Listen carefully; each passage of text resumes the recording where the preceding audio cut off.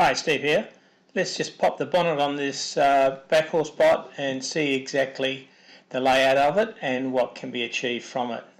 So first of all, this is the settings page. As we can see up there, settings. This is the page that you come to once you've logged in, and it is essentially that you set up to get the bot to run to the instructions that you set on this setting page.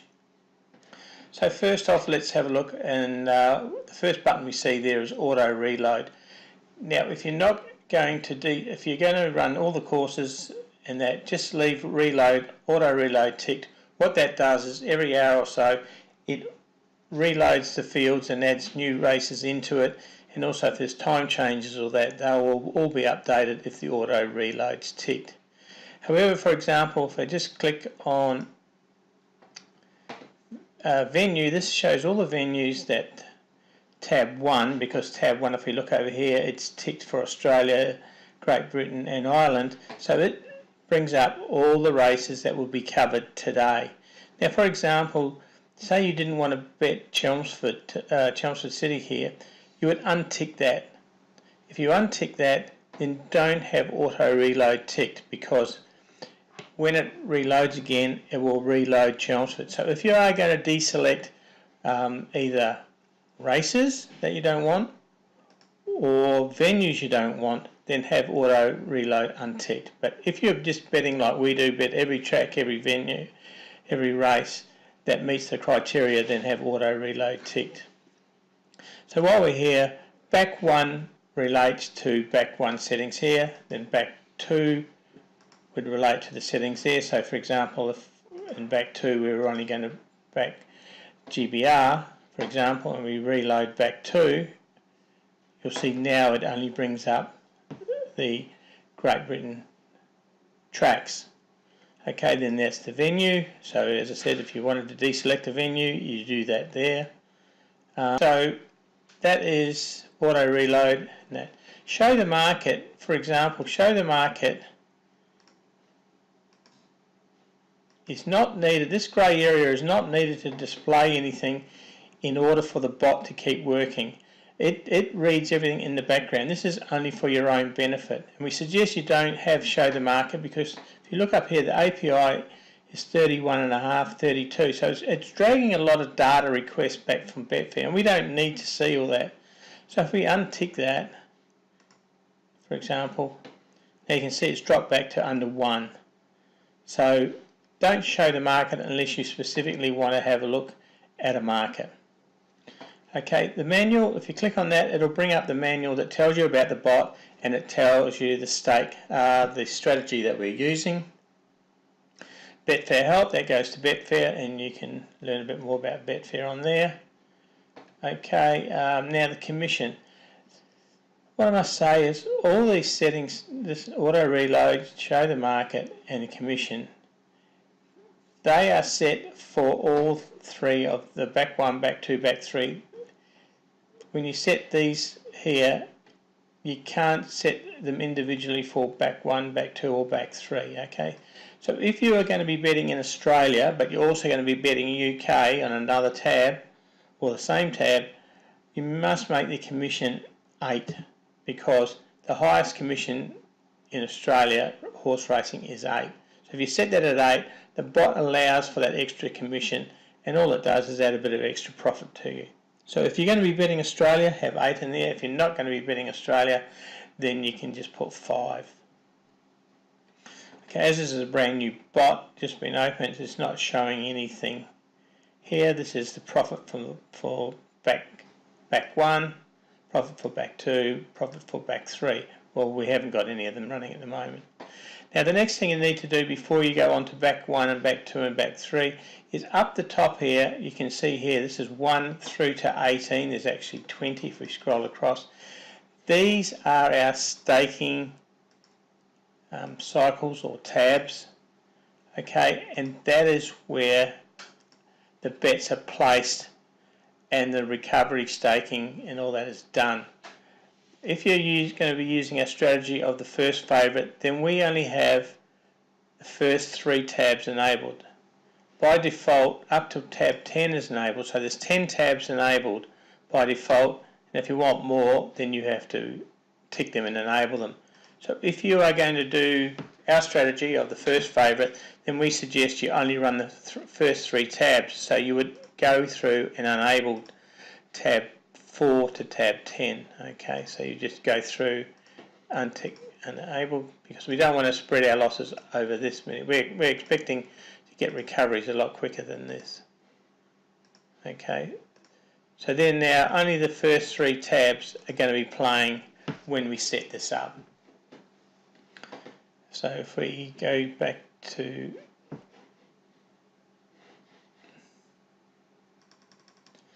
our settings, what this allows us now, we've set those up, we can come through here now and do our individual settings. Okay, so if we go to tab 1, we may only want this on Australia, for example. This is not our strategy that we're using, this is just giving you an idea on how to set it up.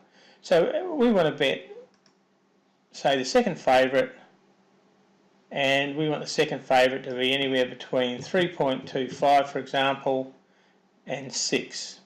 Okay. Then we get another one, the minimum price of the first favourite. Now this is an extra filter. You don't have to put it in if you don't want to, but what you can do is here is you can make sure, for example, you don't want to be betting the second favourite if the favourite is reasonably short in the market and a pretty big certainty of winning. So you might put minimum price of the favourite to be 3 to 5. So you want the market to have, that would say we're looking at 2 horses that are pretty close in the market and we'll be taking the second favourite. Okay, time to bet, well, pre-play, always bet pre-play before the off, and now we're betting 5 seconds before the off. Minimum amount matched. Now we've found there's no difference between a race that maybe only have 2,000 or 3,000 invested in it and a race that has 100,000 in it. The results are not that different on the first favourite. So depending on what you want to do, 2,000 is enough liquidity, especially on the first few horses. If you were going to be betting the 5th or 6th favourite, then I suggest your minimum amount better be up to about 10,000, because the lower you go down the rankings, the less liquidity there is on that horse, and specifically that horse. Okay, so you might find the back prices at 5 and the lay price, sorry, if you're doing the 5th favourite, the back price might be at 8 and the lay price might be at 10. There's not a lot of liquidity in that when you get down that far. Most of the money is held in the 1st, 2nd and 3rd favourite. So if you're dealing with the 1st, 2nd and 3rd favourite, a minimum of say 2,000 on Australian racing and 50,000 or 100,000 on the UK, it doesn't matter. But in Australia specifically, just keep that in mind. And we want to look at maybe between, say, 7 runners and 14 runners, because we're trying to find the winner here. We're backing for the win. The next section in this blue box here is our control on how much we want to win. So you can see there I've got 0.1. I'm only trying to win 10 cents or 10p a winning bet if I've got it like that. And I've got that ticked, so it means when I hit my profit, the staking restarts again. Okay, the next one is how much stop at a profit each tab. Now, if you have this ticked like I have here, these figures in here don't really matter, because it just means the bot is just going to continue betting until you stop it. But if, for example, you only wanted to win £5 or $5 each tab, and keep in mind we're only running 3 tabs this time, well then you'd have that unticked. So when the profit for that tab got to 5, tab 1, tab 2, tab 3, whatever tab it is, it would stop betting. Okay, so that's what that does. And here if we put 5 stop all tabs and tick that, it means if all the tabs combined added up to £5 or $5 profit, then it would stop betting if we untick these. But we suggest that you just keep them all ticked, because stopping at a winner doesn't make much sense profit-wise. Okay. The next thing here is stop at a loss, staking each tab. Now, how much are we going to stake? How much are we prepared to back the horses before we say no, we're pulling out? So in this case here, I've got 10, so it's going to keep betting up to a maximum of a £10 or $10 stake. Once it goes over that, then it will restart. It will restart the betting again back at the 10p or 10 cents. And that's why I've got continue and restart. So if that gets breached, it will just turn around and start again. If you didn't want to do that, you would click don't continue. So if each tab got up to £10 or $10 and you had don't continue, the bot would stop until such time as you went and reset it again. Distribute all losses among enabled tabs. Have that checked. So that means if bet one loses, say, £1, then because we've got 3 tabs enabled, 33p of that losing bet will go to tab 1, 33 to tab 2, and 33 to tab 3. So it's splitting the loss over the 3 tabs that are enabled. Okay. So we move down. Then we get the option. Do we want to? We can either bet non-handicap races or handicap races, or if we've got them both ticked in this case, then it's going to be betting them. It's going to be betting both. Now that is only for the win market. In the place market, Betfair don't differentiate between a non-handicap and a handicap race. So if you're going to use place market, then that is not going to work. Okay, so just keep that in mind. The non-handicap and handicap won't work in the place market. Allow harness racing. If you want to bet on the harness racing in New Zealand and Australia, then you can bet that if you want to. Keep in mind, liquidity on most harness racing is very poor. Next one down here is Mexican Wave. It's important to tick Mexican Wave because what that does, it cycles the bets through the 1, 2 and 3 tabs. So tab 1 will get bet first, then the next bet will be on tab 2, and then the next one on tab 3, and then it will start again on tab 1. This distributes the losses and obviously distributes the bets going through. If you untick Mexican Wave, what it would mean is that tab 1 would have the bet. Now if that bet was resulted before the next race came about, then the bet would be placed on tab 1 again, and it would only move to tab 2 if the tab 1 results hadn't been finalised. So you could just get a run-up of bets on tab 1. Now why we suggest this is if you have a 10 or 12 losing favourites in a row, you don't want them all piled on to one tab and have a losing run of 10 or 12. Where we've got the 3 thing here, if we had 12 losers in a row, then it would be 4 for tab 1, 4 for tab 2 and 4 for tab 3. So the runs that go against you are spread evenly rather than being all lumped together. The next important thing to have a look at is the profit delta. Now the profit delta is where you want a little bit of extra profit after a losing bet. If you don't have that profit delta amount in that, it means, for example, if I'm looking at 10p a race profit and I go for 10 races before I hit my profit, I will give all my losses back and I'll make the 10p profit. But if I've got a profit delta, for example, of 0.05, so another 5p for every losing one, after 10 losing bets, and I had a winning bet, I would get my 10p original profit from up here at stop at a profit. But I'd also get another 50p on top of that because my profit delta has been adding 5p target each time I've had a losing bet. So that's where the profit delta, when you have a look at the results for the profit delta and non-profit delta, why the profit delta results are sort of turbocharged, because you're adding to each losing bet, you're adding another extra bit of profit that you want to make. So for example, I would put 0.05 in there or 0.02. The profit delta should only be 50% or less of what your profit target is. Just a rule of thumb. Okay, once you've set it up there, all that needs to be done now is you click on the start button and this will start betting. I won't click on it, but it will go green once you click on it, and that will start sitting there monitoring the bets and then placing them as the horses that meet the criteria that you've just set there, as they come qualified, then the bot will place the bet and it will work out the stake accordingly. Okay, and that's one tab. So you could set up one strategy there. You may only want it for Australia. Then you go into tab 2 and you might say, well, I'm going to bet Great Britain. I'm going to bet the win market, but I want to bet the favourite, for example. And then you go through and set the settings again for the favourite. And then tab 3, you might want to bet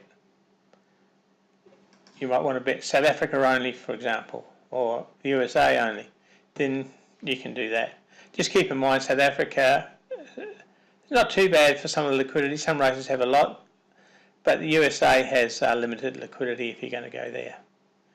Okay, the other thing too is obviously the bot needs to be connected to the net, and so it needs to be left open. I run mine on a VPS, and this here is on a VPS at the moment. Now, as is a brand new bot, it hasn't got any current bets, cancelled bets, results, or a log. Okay, the log is important because that tells you what's going on. So I'll just halt the video for a minute and I'll just bring up a bot that's running. Just one second. Okay, here we are now with a bot that's been running, so it's got some results and things, so we can just have a look at, there's no current bets at the moment, so this will tell us the current bets and how much is being bet on them. Cancelled bets, these are bets that have been cancelled by the bot because they weren't able to be placed properly, or the price had moved too much. And then we have the results, which give us all the results and tells us exactly what's happening.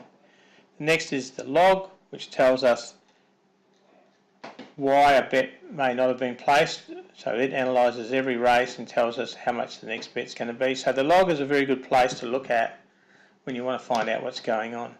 And then we go into the tabs. So we've got tab 1, tab 2 and tab 3, and then if we go past there you'll see there's nothing in there because we've only got, these are the only 3 tabs that we've got. It tells us the profit for this tab. Back 1 has made 1.8, back tab 2 has made 2.31, so that's Australia for tab 3 and that's the UK for tab 1. And it tells us the losses being carried over. At the moment tab 1 is carrying £1.28 loss, and in the UK it's carrying a 6p loss. Okay, so that's how that's what these figures mean. So at any time you can just see exactly what is happening. You can see here the profit on tab 1 here is 5.2, so on 10p target that's 52 points profit, and that's 13 points profit there in the UK. So that's the background of the tab. So that's how the software works. It just runs in the background. It doesn't take up very much, as you can see there, not very much data at all. And it's a great fun thing to use, and also the profits are there, as you can see in the results. So thanks for having a look at the Backhorse bot, and just keep in mind that it does have the manual on that green button, so if you do buy the bot then you can always check on the green button and find out the answer to the questions that you may have. Okay, but it does give you plenty of options to experiment with things, and you can see there you can bet very small amounts while you're trying out different strategies that you've always had in mind but never had the time to sit down and actually go through and use. Okay, on behalf of Michael and myself, Steve, thanks for watching the Under the Bonnet, and we hope you enjoyed this video. Thank you.